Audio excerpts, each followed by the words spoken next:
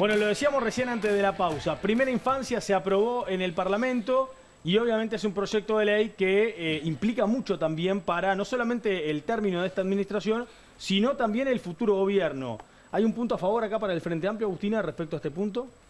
Yo creo que sí, en tanto es el partido que lo presenta, ¿no? La compañera Cristina Lustenberg es la que se encarga de redactar este proyecto, que es completísimo y que es necesario, no solo por el contenido del proyecto, que también es importantísimo y es súper valorable, y todas las políticas que trae son súper importantes para la vida de nuestros niños y niñas, pero además de eso genera que estemos hablando de nuestros niños y niñas, que no es algo que pasó siempre, que separar el niño del adulto. Antes pensábamos que los niños eran adultos chiquitos y que tenían que revolverse como pudieran. Y en realidad este proyecto, parte de lo que trae es esto, que en un programa de televisión hoy estemos hablando de que nuestros niños y niñas tienen que ser nuestra prioridad y que el Estado tiene que ser garante de esos derechos y que no tienen que darse simplemente por descontados en tanto son sujetos de derecho, sino que tienen necesidades especiales y que el Estado tiene que encargarse de que, bueno, desarrollen su vida con la mayor felicidad posible. Clara, ¿tu opinión sobre este proyecto y la aprobación?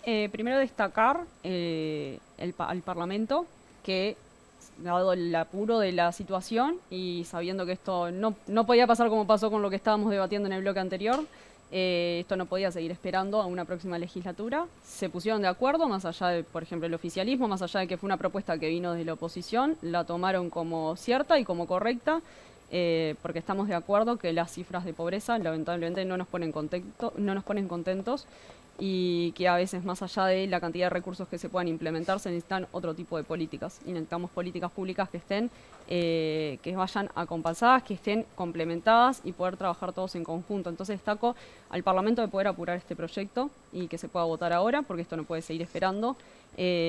También para que pueda entrar en el próximo presupuesto.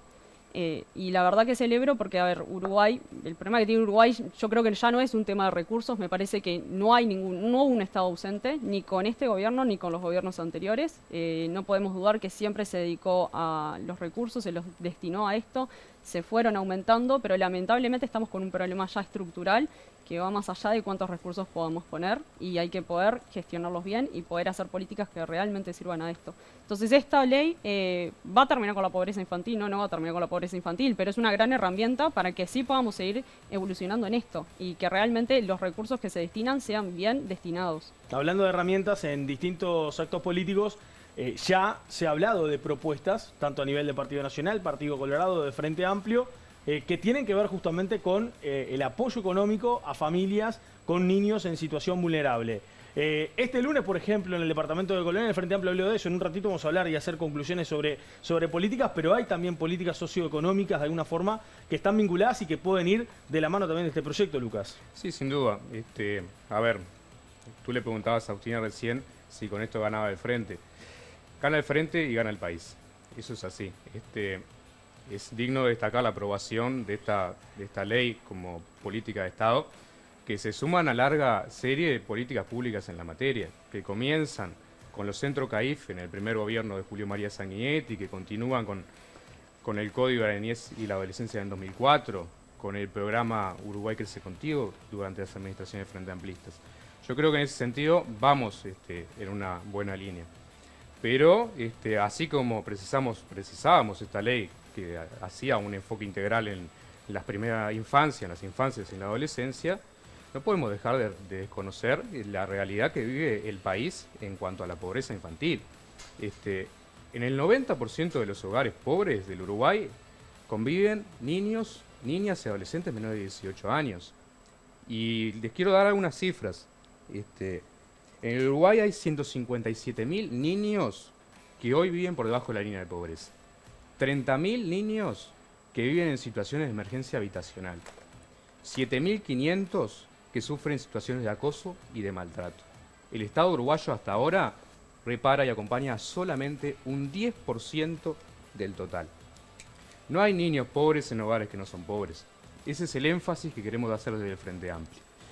Y si bien esta ley no modifica competencias a nivel de los ministerios o de otros organismos del Estado, quiero hacer énfasis en eso también porque es algo de que se habló bastante, y no incrementa tampoco sustancialmente el gasto público en la materia, es un avance para ir más allá. Y quiero detenerme en esto nuevamente, con una simple inversión del 0,6% del Producto Bruto Interno, miren ustedes, estamos en condiciones en el Uruguay de reducir la pobreza a tan solo un 5%. Y sería uno de los países con menos índice de pobreza a nivel mundial. Solamente un 0,6% del Producto Bruto Interno, impactando en las infancias, en las adolescencias, que son los más pobres del Uruguay. Apostar en esto es sin duda no solamente apostar a los niños y a las niñas de hoy por hoy, sino apostar al futuro del país. Déjame decirte y agregarte este dato. Ayer en Buenos Aires, cuando estábamos con Orsi en la presentación de este Consejo Interamericano de Comercio y de Producción, Orsi decía que el financiamiento para las propuestas socioeconómicas que se hicieron el lunes pasado en Colonia significarían algo así como el 0,7% del PBI. Vos estás hablando de un 0,6 puntualmente para variaciones temas de... más, menos, estamos hablando de menos de un 1% del producto. Y que sería con el actual presupuesto que se tiene, o sea, en base al presupuesto que se tiene. No se necesitaría... una reorientación ¿sí? de los dineros públicos que tenemos hoy por hoy en el presupuesto nacional. Agregarte ese dato porque justamente ayer lo mencionaba el candidato. ¿Qué te parece, Enzo, este tema puntualmente? Y bueno, y todo lo que se ha hablado, también el Partido Colorado ha hecho propuestas respecto al asunto. Así es, como decimos nosotros en nuestro programa, es necesario que la primera infancia sea la primera prioridad del siguiente gobierno, dadas las características del problema, ¿no? Un 25% de los jóvenes son pobres y eso se debe a cuestiones demográficas, ¿no? Los sectores más vulnerables son quienes mayores tasas de natalidad tienen y si pensamos en las perspectivas a futuro, ¿no? Estamos hablando de prácticamente el 25% de nuestra población se va a desarrollar en situaciones de contexto crítico. Es claramente un problema que tiene que atender el próximo gobierno y está bueno que en ese sentido, con ese objetivo, los partidos logren ponerse de acuerdo y logren aprobar una ley que tiene como componente que profundiza en el diseño institucional y no en mayor gasto, ¿no? Porque lo que propone en sí es la creación de un gabinete estratégico por los organismos que atienden este problema, ANEP, INAU, MIDES, plantea su organización, ¿no? Por ejemplo, el MIDES sería quien desarrolla la estrategia para la primera infancia, el Ministerio de Economía sería quien asegura el presupuesto, con una base muy sólida, ¿no? De este es el dinero que se gasta para la primera infancia, bueno, al siguiente presupuesto esto no puede bajar. Vos podés manejar el presupuesto para las otras áreas, pero en lo destinado a primera infancia no se puede volver para atrás. Y luego un nivel ejecutivo, ¿no? Donde cada organismo trabaja en el territorio. Si uno quiere decir, son dos grandes formas de encarar los problemas del Uruguay. Leyes que promuevan cambio, cómo hacer que un Estado, que es cada vez más grande, porque es lógico, la sociedad se complejiza más, es necesario agrandar el Estado para atender esas situaciones, pero ahí se vuelve el problema de cómo hacemos para racionalizar los esfuerzos, cómo hacemos que los organismos que están diversos no se superpongan, cómo hacemos que los recursos en un contexto que son escasos sean eficientes. En ese sentido, esta ley va justo al punto, creo que es lo que se necesita, pero hay que recalcar una cosa, ¿no? Si decimos que la pobreza principalmente afecta a la infancia, un niño no es pobre por sí mismo, es pobre porque sus padres son, por su hogar o por sus tutores responsables son pobres. Y prácticamente erradicar la pobreza infantil equivale a erradicar la pobreza toda.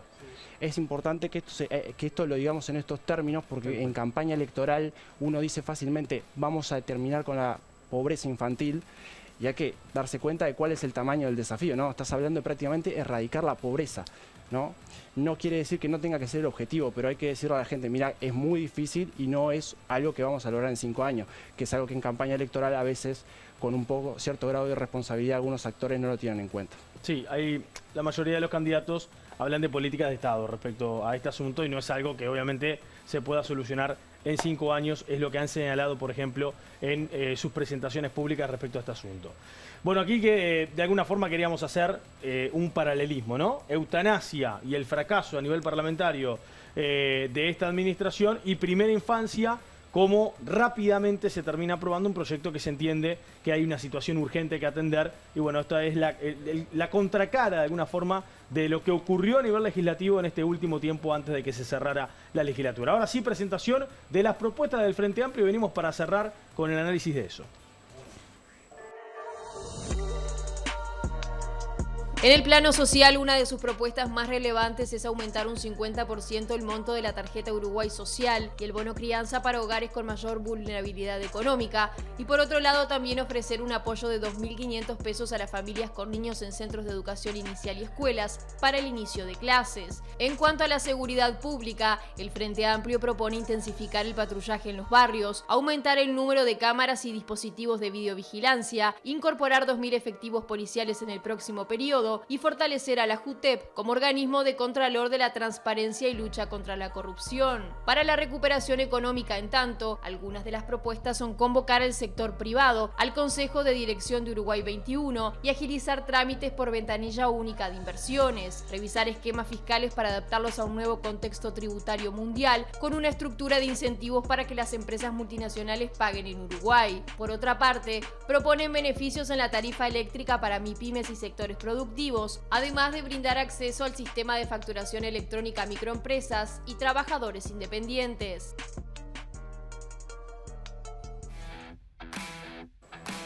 Bueno, prioridades de gobierno que el Frente Amplio titula de alguna forma y que lo hace en tres ejes, pero centrándose fundamentalmente en lo económico, en lo social y también obviamente en la situación de la seguridad, más allá de que también hubo un punto dedicado a la transparencia. Se habla, como ustedes ya veían recién en el tape, de beneficios tributarios, de incentivos a las inversiones, de apoyos a familias en situación vulnerable, de atención en la salud mental, de obviamente el hecho de la seguridad pública. Bueno, estos han sido los punteos que hizo el Frente Amplio. ¿Qué conclusiones sacás, Agustina, de lo presentado el día lunes? Yo creo que es muy importante el haber presentado cuáles son las prioridades. El programa está disponible desde diciembre. Hace mucho que está disponible el programa de Frente Amplio para quien lo quiera leer. Pero bueno, lo que hace ahora Yamandu es, bueno, este programa que elaboró el conjunto de militantes del Frente Amplio, lo bajo un poco a tierra y digo, bueno, esto son mis prioridades y esto es lo que yo voy a hacer a partir del 2 de marzo, cuando me toque asumir en 2025. Y creo que es muy importante que hayan sido en estos tres ejes que vos nombrabas: seguridad, el plano de lo social y el plano de lo económico, porque es la principal preocupación de los y las uruguayas hoy, lo dicen todas las encuestas. Y creo que viene muy de la mano con lo que veníamos hablando antes, porque muchas de las propuestas del plano social tienen que ver con las infancias y también con las mujeres, porque se hablaba de que bien, los niños pobres viven en hogares pobres, pero tendenciosamente viven en hogares con madres jefas de hogar pobres, porque la pobreza sabemos que tiene cara de mujer y de niño. Entonces el próximo gobierno va a tener que hacer una apuesta muy fuerte desde lo económico en apoyo a las mujeres. Y por ejemplo, no lo nombraba el tape, creo, pero una de las medidas que propone Yamandu Orsi es extender el subsidio por maternidad a las trabajadoras independientes y titulares de las MIPYMES. También extender extender la cantidad de escuelas de tiempo completo y de tiempo extendido, porque eso también tiene que ver con el derecho a trabajar que tienen esas mujeres y la necesidad de que alguien se haga cargo del cuidado de sus hijos e hijas. Entonces, para mí, el foco en las mujeres, en los jóvenes también, propone crear un plan de primera vivienda, y eso tiene que ver también con las cifras de natalidad, que muchas veces nos quejamos de que, bueno, los jóvenes definen no tener hijos, pero definimos no tener hijos porque en este país muchos de los trabajadores, la mayoría, viven con menos de 25.000 pesos. Entonces, ¿con qué criterio yo traigo a este país un hijo o una hija si en realidad el Estado no me garantiza que yo lo voy a poder tener mínima? No estoy pidiendo grandes lujos, estoy pidiendo comer todos los días, que es algo que hoy en día no se le garantiza a todos los niños. No tener el piso de tierra es algo que no se le garantiza a los niños. Entonces, me parece que el foco en jóvenes, en mujeres y en los niños que hace el plano social de estos prioridades que trae Yamandu Orsi es muy bueno. El tema de seguridad también. El tema de seguridad es restablecer el pago, que es algo que este gobierno desarticuló por afán de desarticular nomás. Aumentar las cámaras de videovigilancia. Dicen las autoridades del Frente Amplio que la propia gente de los barrios les pide que vuelva el pago. Sí, exacto. Es que es algo que eso es desarticular por desarticular. El plan de tarifa de consumo básico de UTE también es algo que este gobierno desarticuló por desarticular. Y bueno, el Frente Amplio propone que vuelva a estar, así que me parece que es eso, volver a algunas medidas que estaban antes, que este gobierno definió que ya no eran necesarias y que la gente considera que sí, y bueno, implementar unas nuevas para a partir del 2 de marzo del 2025 que gobierne la gente. En lo social, una de las medidas también más tal vez aplaudidas o recepcionadas de forma aceptable por el público el día lunes de noche, yo que estaba ahí en la Plaza de Toros, fue cuando anunció el aumento del 50% de la tarjeta Uruguay Social. Exacto. Y el bono crianza. también. Que tiene que ver, perdón, Sí. este aumento con el aumento de precios que ha habido, ¿no? Porque si vos aumentás los precios pero no aumentás la cantidad de dinero que le habilitás a la gente, no solamente es, le estamos dando plata por darles, sino que estás haciendo que esa persona compre en el almacén del barrio, que el almacén del barrio compre en el mayorista, que el mayorista le compre al importador. Es, o sea, bastante burro recortar ese tipo de cuestiones, y el Frente Amplio viene a que la gente vuelva a tener poder de compra. Clara, ¿qué te parece esto que ha propuesto el Frente Amplio, teniendo en cuenta que hay voces nacionalistas que han cuestionado de alguna forma que se dice lo que se va a hacer, se dan como titulares, pero no se dan ejemplos de cómo se hace? El arte de decir sin decir nada, que a veces es lo que tiene la política de grandioso, que uno dice con palabras muy lindas, como por ejemplo, tiempo de cambios, incertidumbre y amenazas, tiempos de esperanzas y nuevas utopías. Y te habla de las desigualdades y de los cambios y de las desigualdades que hay en la sociedad y el neoliberalismo. Pero y bueno, ¿cómo hacemos para combatir esas desigualdades? Y así con muchas de las cosas que plantean, no hay una respuesta de cómo es que se va a hacer. Ahora mencionan, por ejemplo, lo de elevar las transferencias, el bono crianza y demás, pero estamos debatiendo sobre una ley que estamos presentando de primeras infancias porque vemos que no alcanza solamente con aumentar eso, sino que también precisamos toda una estructuración distinta del país. Entonces hay como también ciertas contradicciones. Tú mencionabas, por ejemplo, que estuviste con Orsi en Buenos Aires y leía unas declaraciones de Orsi, por ejemplo, que decía que los uruguayos tenemos que ser como más argentinos porque estamos enlentecidos y demás. Y ahí es cuando digo, bueno, ¿qué podemos esperar de un candidato que nos está comparando, al revés, para atrás, está alentando a los argentinos en un país que tienen un 40% de pobreza, tienen una inflación anual del 250%, es un país en el cual no se invierte, y el candidato nos está comparando para peor con Argentina, nos está tratando como si somos menos de Argentina. Entonces ahí no sé qué concepción tiene del Uruguay que quiere realmente. Enzo, ¿qué te parecen las propuestas frente amplistas? Yo creo que hay dos tipos de propuestas, que son unas que son apuntando al rediseño de las distintas instituciones del Estado para mejorar su eficiencia. Son propuestas que uno puede hacer con total grado de certeza, porque es algo que uno puede hacer al llegar al gobierno de manera directa, y otras que tienen que ver claramente con más presupuesto y una mayor inversión. Y el primer punto es que uno no puede hacer esas promesas Orsi muy a la dijo que ligera. no, Orsi dijo que no es más presupuesto. Difícilmente. Con el 0,7 del PBI le alcanza. Muy difícilmente que no implique más presupuesto, siendo que tenés un déficit de 5% del PBI, una reforma de la seguridad social en las puertas que te puede llevar ese déficit todavía más, y vos planteás aumentar, por ejemplo, el 50% de las transferencias de más propuestas, ¿no?, que tienen que ver con el aumento de vehículos patrullaje, con el aumento de efectivos policiales y con muchas propuestas que tienen que ver con la industria, con incentivos fiscales, o sea, reducción de lo que recauda el Estado, por otro lado también. Entonces, ¿cómo uno puede decir que eso no requiere más presupuesto, que uno no sabe cuánto tendrá? Entonces yo creo que en ese caso se están haciendo muchas propuestas concretas muy responsables. Sería más fácil decir, bueno, aspiramos a un incremento de las asignaciones dependiendo de cuál sea la disponibilidad fiscal, por ejemplo, uno podría decirlo de esa manera y en ese caso lo celebro, pero creo que se está haciendo muy irresponsable y demagógico en la forma en la que se presentan las propuestas.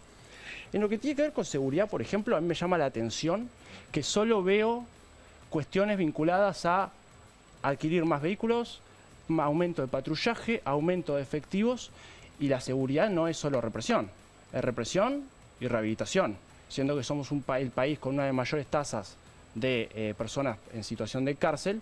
Creo que la prioridad en materia de seguridad es la rehabilitación de esas, no solo la represión inmediata. En ese caso creo que de las 48 propuestas, las que tienen que ver con seguridad son claramente apuntando a la mano dura y obviando lo que debería ser el foco en seguridad, que es lo que ha demostrado este gobierno y se le ha criticado en ciertos aspectos. Lucas, necesito en 2 minutos que respondas qué te parecieron las propuestas y qué te parece también lo que opina el oficialismo sobre esto. Bueno, a ver, recalco lo que comentaba Agustina. Este es un programa que se elaboró a lo largo de 4 años de forma plural, participativa y democrática. Hoy, el lunes pasado, se presentaron medidas en concreto que, a mi juicio, y contrario a lo que plantea Enzo, creo que hacen a la responsabilidad, porque hacen a la estabilidad económica y al crecimiento con mayor igualdad. ¿Y qué más garantía de responsabilidad en ese sentido que el nombre de Danilo Astori? Y el staff de economistas que lo acompañaron. Álvaro García, Mario Vergara, ahora también que se suma del mundo privado, Gabriel O'Donnell, sin duda. ¿Qué más garantía de responsabilidad que esa? Que se contradice constantemente con Orsi. No se contradice absolutamente nada con lo que plantea Orsi. De hecho, el equipo económico que acompaña a Yamandú va por esa línea.